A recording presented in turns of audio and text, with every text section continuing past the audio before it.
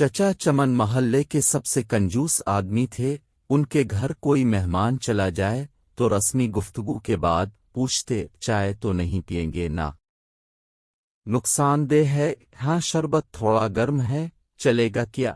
Cake biscuit والی دکان ابھی بند پڑی ہے، کیا کروں؟ سموسے والا تو ابھی تیل گرم کر رہا ہے، کافی وقت لگے گا، اب کہاں اتنی دیر بیٹھیں گے وغیرہ وغیرہ۔ مہمان بیچارہ یہ سن کر شرمندہ ہو جاتا۔ ایک دن دوپہر کو کسی فقیر نے ان کے گھر کا دروازہ کھٹکھٹایا۔ چچا چمن نے دروازہ کھولے بغیر پوچھا کون ہے؟ فقیر بولا، بیٹا مہربانی کرو، مجھے 10 روپے دے دو، میرے پاس سالن ہے، روٹی لے کر کھا لوں گا۔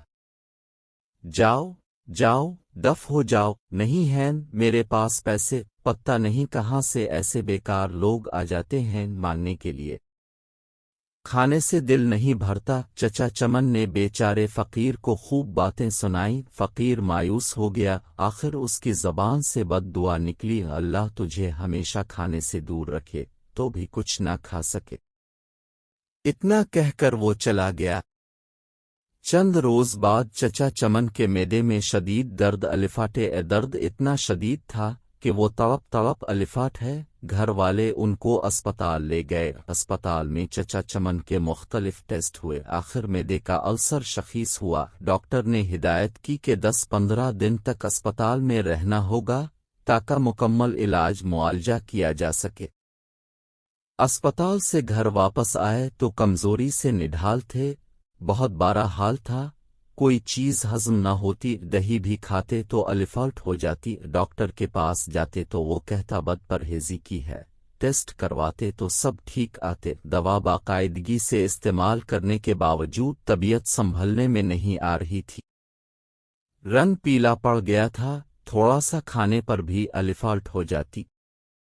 چچا چمن کی راتوں کی نیند الفاڑ چکی ہے، ان کو موت کا خوف ہونے لگا۔ ایک رات سوچتے سوچتے انہیں نیند آ گئی، خواب میں دیکھا کہ پلاؤ کی دیگ کے قریب بیٹھے ہیں اور سب کو چاول بانٹ رہے ہیں۔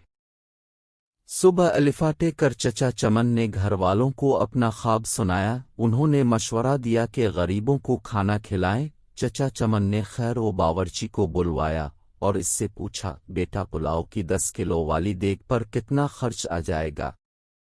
باورچی نے خرچ بتایا۔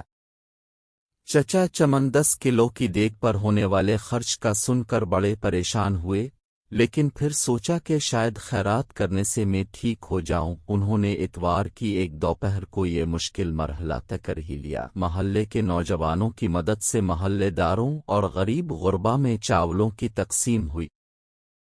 چچا چمن اب کافی پرسکون رہنے لگے، طبیعت بھی قدرے بہتر محسوس ہونے لگی، لیکن جب اس فقیر کا خیال آتا تو پھر وہی منحوس درد شروع ہو جاتا۔ یوں ہی کئی دن بیت گئے۔ ایک شام کو کسی فقیر کی آواز آئی، واللہ کے نام پر دے دو بابا۔ چچا چمن بھاگ کر گئے۔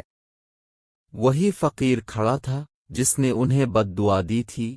چچا چمن اس کا بازو پکڑ کر اندر لے آئے، فوراً ہی انہوں نے اپنے بڑے لڑکے کو ہوٹل سے کئی قسم کے کھانے لانے کے لیے دوڑایا۔ کچھ ہی دیر میں لڑکا ہوٹل سے شامی کباب، بریانی، قورمہ، روٹیاں اور آئس کریم لے آیا۔